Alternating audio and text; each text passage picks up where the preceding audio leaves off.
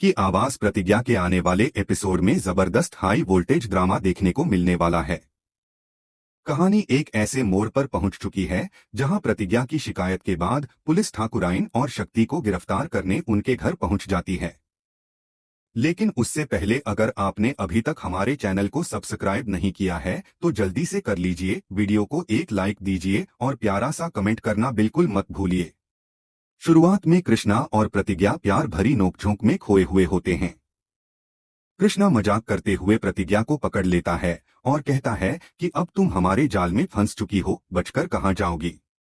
प्रतिज्ञा मुस्कुराते हुए उसे छोड़ने के लिए कहती है और मजाक में डराती है कि अगर अम्मा ने दोनों को इस हालत में देख लिया तो फिर बहुत सुनना पड़ेगा। इधर दूसरी तरफ शक्ति और ठाकुराइन सीधे केसर के कमरे में पहुंच जाते हैं। केसर उन्हें देखकर घबरा जाती है क्योंकि वह पहले ही प्रतिज्ञा को यह बताने की कोशिश कर चुकी थी कि बिजली वाला पूरा हादसा उसी के लिए रचा गया था, लेकिन ठाकुराइन ने उसकी बातें सुन ली थीं। ठाकुराइन गुस्से में केसर से पूछती है कि आखिर वह प्रतिज्ञा को क्या बताने वाली थी। केसर डरते हुए कहती है कि उसने कुछ नहीं कहा, लेकिन इतना जरूर बोलती है कि प्रतिज्ञा के साथ जो हो रहा है वह बिल्कुल गलत है। बस यही बात सुनकर ठाकुराइन का गुस्सा 7वें आसमान पर पहुंच जाता है। वह शक्ति को उकसाती है और शक्ति कमरे का दरवाजा अंदर से बंद कर देता है। वह केसर को धमकाते हुए कहता है कि जब से प्रतिज्ञा इस घर में आई है तब से उसकी जुबान बहुत चलने लगी है और अब वह हमेशा के लिए उसकी जुबान बंद कर देगा। उधर कमरे के अंदर केसर की चीखें गूंजने लगती हैं। उसकी आवाज सुनकर प्रतिज्ञा दौड़ती हुई वहां पहुंचती है, लेकिन दरवाजा अंदर से बंद होने की वजह से वह कुछ नहीं कर पाती। दादी भी घंटी बजाकर सबको बुलाने की कोशिश करती हैं। शक्ति बेरहमी से केसर को धक्का देता है और वह सीधे पेट के बल गिर जाती है। गिरने से उसे गंभीर चोट लगती है। प्रतिज्ञा बाहर से लगातार दरवाजा पीटती रहती है और अंदर क्या हो रहा है यह सोचकर घबरा जाती है। जैसे ही दरवाजा खुलता है वह केसर की हालत देखकर सन्न रह जाती है। वह शक्ति से कहती है कि उसने बहुत बड़ा पाप किया है और तुरंत केसर को अस्पताल ले जाना चाहिए, लेकिन ठाकुराइन और शक्ति उसकी एक भी बात नहीं सुनते। आखिरकार प्रतिज्ञा अकेले ही बेहोश केसर को अस्पताल लेकर जाती है। अस्पताल में प्रतिज्ञा पूरी तरह अकेली पड़ जाती है। वह कृष्णा को फोन करने की कोशिश करती है, लेकिन कृष्णा का फोन उसके पास नहीं होता। मजबूरी में वह कृष्णा के दोस्त के मोबाइल पर कॉल करती है।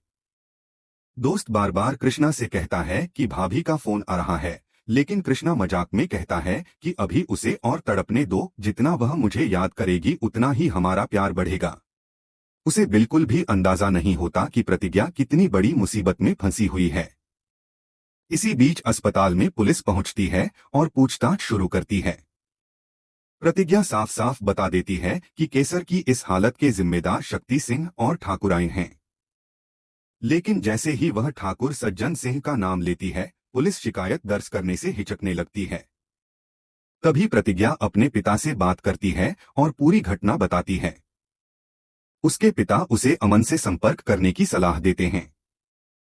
अमन तुरंत डीएसपी का नंबर देता है। प्रतिज्ञा डीएसपी को सारी सच्चाई बताती है और डीएसपी तुरंत कार्रवाई का भरोसा देते हुए पुलिस भेजने का आदेश देता है।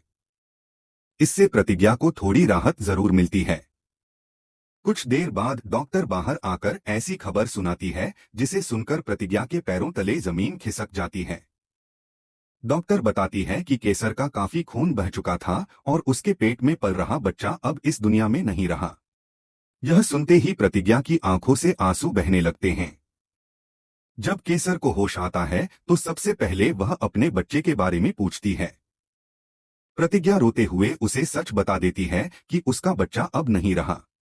यह सुनकर केसर टूट जाती है और दोनों एक दूसरे के गले लगकर फूट फूट कर रोने लगती हैं।